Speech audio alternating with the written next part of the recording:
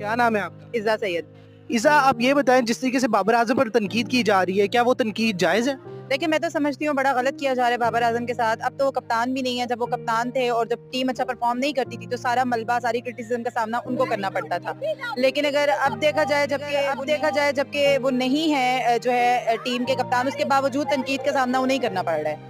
اچھا، بابر اعظم نے پچھلی 5 اننگز میں پرفارم کر کے دکھا دیا ہے، 5 50s ان کی آئی ہے 8 اننگز کے اندر. تو آپ مزید بہتری کی طرف ہم دیکھ رہے ہیں، کیا ان کی کیپٹنسی چھننا ایک برا عمل نہیں؟ جی بالکل، میں سمجھتی ہوں ان کے ساتھ صحیح زیادتی کی گئی ہے. وہ ایک اچھے پرفارمر ہے، پاکستان کا پرائیڈ ہے. عمران خان کے بعد اگر ہمیں کوئی کپتان ملا ہے تو وہ بابر اعظم تھا، جو پریشر ہینڈل کیپٹنسی کی جو ہیں وہ ساری کوالٹی کا خیال ہے کہ ان کے ساتھ بڑی زیادتی کی گئی ہے. اچھا، آپ شہین اور بابر میں لیڈرشپ کوالٹی کس میں زیادہ دیکھیں؟ میرے حساب سے بابر اعظم. اچھا، بابر اعظم کی جو دیکھا جائے جس طریقے سے ہو رہی ہے